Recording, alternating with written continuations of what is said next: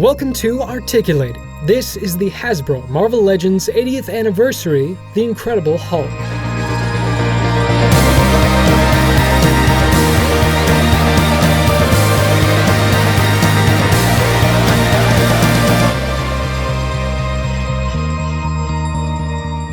The Hulk, aka Robert Bruce Banner, was created by legendary duo Stan Lee and Jack Kirby in 1962's The Incredible Hulk #1.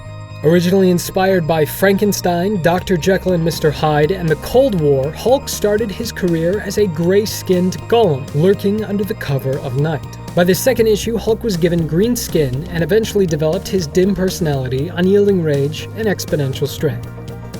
The classic Hulk design first released in the modern, super-articulated age of action figures in 2002's Marvel Legends Series 1, alongside a variant garbed in a familiar, tattered white shirt.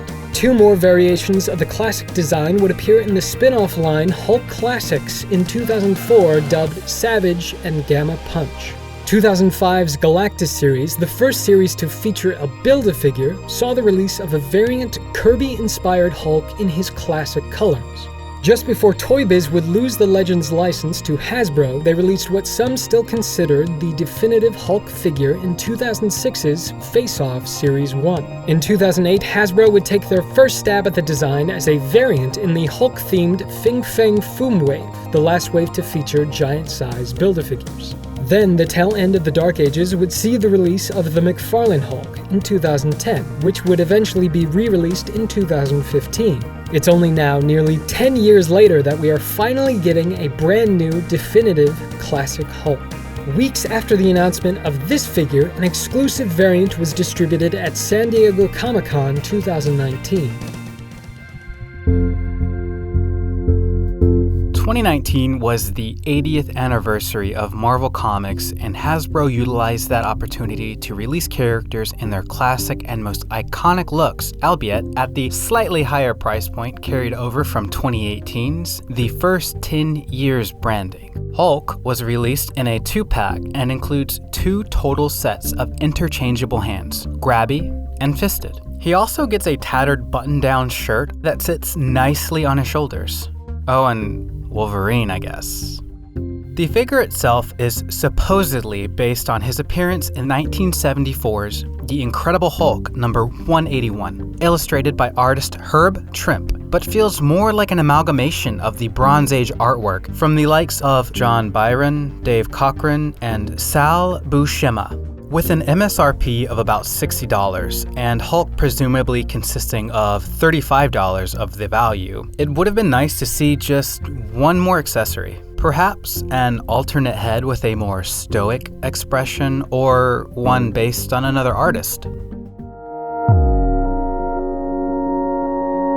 The Incredible Hulk is comprised of 31 unique pieces, including his accessories, all of which are 100% newly sculpted. Proportionally, Hulk is just 6 heads tall, which is on the larger side, and 4.5 heads wide. For reference, a normal human usually ranges from 2 1/3 to 3 heads wide. That is a broad boy. Otherwise, his body proportions are mostly good. However, he does suffer a little from gorilla arms, as his fingers reach past the top of his knees. The Green Goliath stands 8.5 inches tall, or 21.5 centimeters.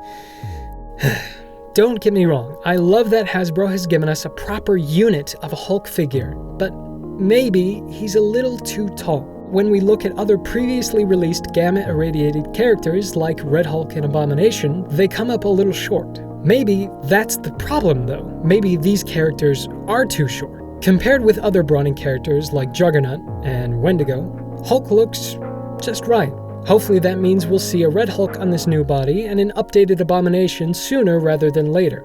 Aesthetically, I'm not the biggest fan of how the shoulders are shaped. It just feels like peck and suddenly big bloated bowling balls. This tends to be the trade-off when Hasbro utilizes butterfly joints in their sculpts, and might have even been worth it if any forward lateral movement were possible. Instead, the engineers opted for butterfly joints that only allow backward lateral movement, which admittedly looks great on poses that utilize it, but otherwise make the sculpt just look unnatural. For an example of the proper way to integrate a joint into the sculpt, we need look no further than the Omega Red body released in 2018's Sauron Wave. Notice how the joint is actually integrated into the sculpt as a continuation of the pectoral muscles. This would have been our preferred way to approach the butterfly joints on Hulk. It's not as bad as we make it seem though. You have to suspend a bit of disbelief that a puny human like Banner would wear a size XXXXXL, but the edging of the soft plastic shirt looks realistically ripped and manages to hide any of the unusual engineering of the shoulders. The pants also have a great jean texture that continue into the joints, providing a nice contrast to the smoothness of the skin. The lower parts of the pants are separate pieces and help to sell the illusion of cloth fitting over flesh. With an all-new, all-different sculpt and mostly good proportions, Hulk earns a 9 out of 10.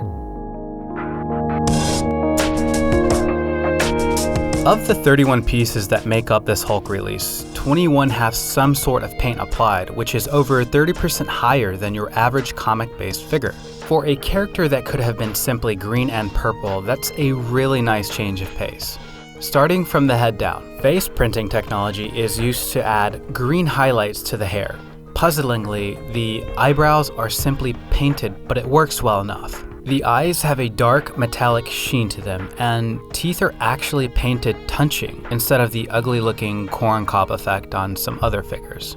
While the shirt is simply cast in off-white, the torso, arms, and both sets of hands get a lime-colored spray. This application really highlights the muscles and helps hide any minor differences in hue between casted pieces. We finally have a proper gamma-irradiated Hulk that truly stands out from past releases.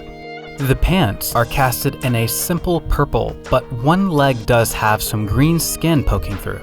White detailing could have been used to accentuate the fraying around these tears, but they are so few and far between that it's understandable why they didn't bother. While not necessary, it would have been nice to get a lighter spray to highlight the crest to the muscles, acting like a bit of wear on the denim and emphasizing the stress the fabric is going through just to stay together. None of the finger or toenails are painted, but that probably would have drawn too much unnecessary attention to them anyway. Overall, while we have a few missprays and scratches here and there, this is really a well-executed paint scheme, and with virtually no color mismatching, this Jade Giant earns an 8 out of 10. The Hulkster has 30 points of articulation, the average for comic-based figures. The head sits on a dumbbell joint which connects to the torso through a hollowed-out neck, a combination we don't usually see in the Legends line. The chest connects to the lower torso via ball peg, giving a nice crunch forward, but not so much back. There is a swivel at the waist, but it totally breaks up the sculpt if rotated in either direction. I'm not sure why rotation couldn't have just been included in the dumbbell of the upper torso instead. The arms attach to the chest via butterfly joints, which, as mentioned before, provide zero lateral movement forward, but approaches 90 degrees backward. The shoulders are on hinge swivels, allowing for full vertical rotation, but don't quite hit the T-pose standard. Bicep swivels allow full horizontal rotation, and the lower arms attach to the bicep with a hinge swivel, turning the forearm into a floating piece. It doesn't quite hit 90 degrees, so perhaps double-jointed elbows would have been more beneficial. The hands act as hinge swivels, with both sets getting about the same range of movement. Hips attach to the crotch via ball joints, but the legs go a little off axis when flexing forward. Thighs are cut in two by thigh swivels, allowing for full rotation, and knees are double jointed, but are hindered by the pants overlay. Finally, the feet attach to the lower legs via hinge swivels. While the extra mass elevates his presence on your shelf, it does nothing to benefit articulation. The eyesore that was the 12-inch Hulk, released a few years back, had one saving grace in the elbow, and that special attention to joint engineering is greatly missed here. And of course, the lack of forward lateral movement is severely disappointing, earning Hulk a slightly above average 6 out of 10. While Glenn still would have preferred a Larkin head sculpt, I think it's safe to say that the face-off Hulk has finally been dethroned. That figure was one of the first Marvel Legends I ever bought, and still holds a special place in my heart. But 80th Hulk will still take his place as the definitive representation on my shelf. If you've made it this far, there's a good chance you enjoy our stuff. and the easiest way to see more of it is to subscribe. Consider leaving us a like, and if you really want to help us expand, sharing our videos on your favorite social media is the best way to help. With its appropriately hulking size, lovely gamma green paint scheme, and limited but passable articulation, Hulk earns a score of 8 out of 10. Do you disagree with us? How would you improve the figure? Let us know in the comments. In our previous review, Nico Hodge wrote, "Man, these videos are amazing. Jay Hernandez sent me here and I'm glad he did. Keep up the great work." Thank you for the encouraging words. And an extra special thank you to Just Jay Hernandez for helping our channel reach over 400 subscribers in 2019. We could not have done that without you, Jay. I'm Glenn. I'm Eddie. And this is Articulated.